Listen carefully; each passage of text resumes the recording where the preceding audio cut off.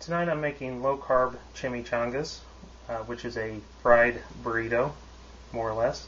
I'm going to start with the tools I'm using. I'm going to use a spider.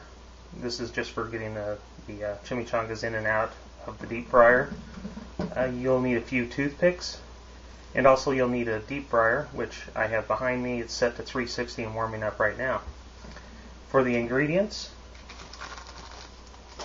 you're going to need some low-carb tortillas. These are the Mission Carb Balance. They are 7 grams per tortilla. You'll need some taco meat.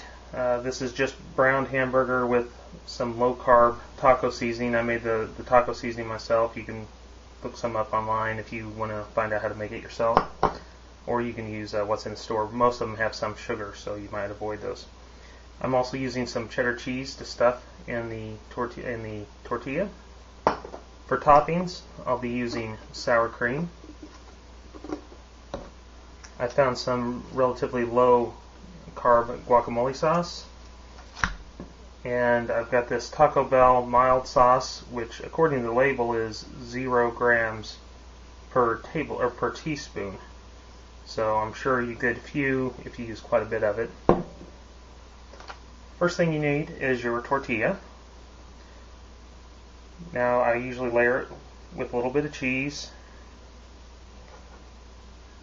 then a little bit of the hamburger, and I kind of repeat a few layers here. Okay, once that's done, I roll the tortilla up just like a burrito. Actually, I might put a little bit more. It seems just a little light on the stuffings. So, kind of roll it up just like a burrito.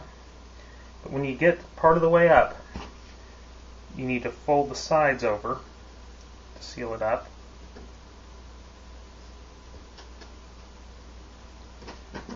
And then continue to roll it up until you have it nice and sealed off. Then you take one toothpick and toothpick the flap down. And there you have one chimichanga ready to be fried.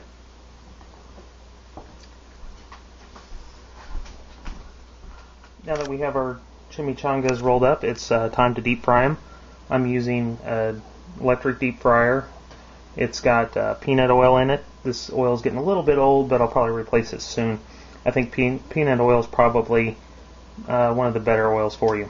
One thing I'm going to do that's a little bit different than normal, because these things float, I'm going to pull the basket out, set it to the side, and I'm going to take the spiders and lower my chimichangas down, one at a time into the oil.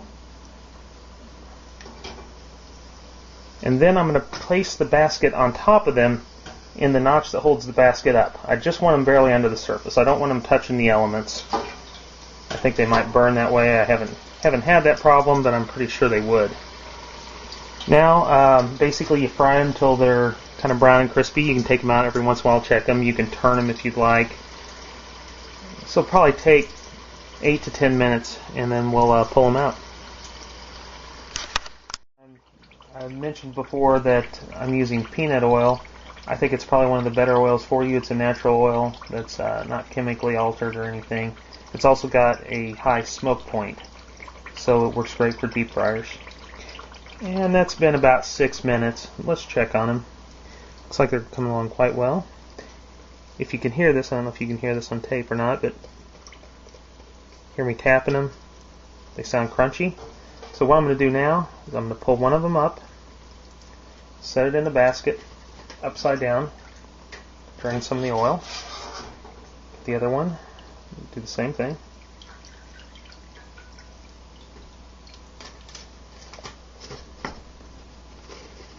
And just shake them, let them drain for a few seconds.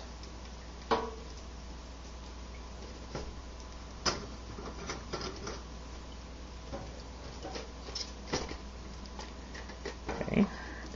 Now it's time to flip them out onto a plate. I like to put a couple of towels down to absorb any extra oil.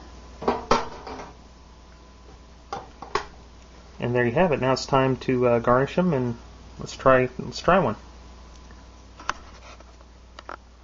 Now's the most important part of making a chimichanga, is to remove the toothpick so we don't find that later. Shells are nice and crispy.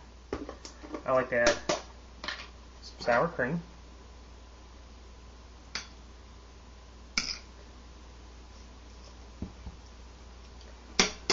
Some guacamole. When you open your guacamole, make sure you cut a very small hole because it'll brown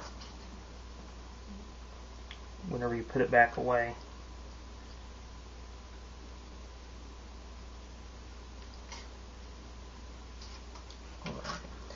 And, of course, more cheese.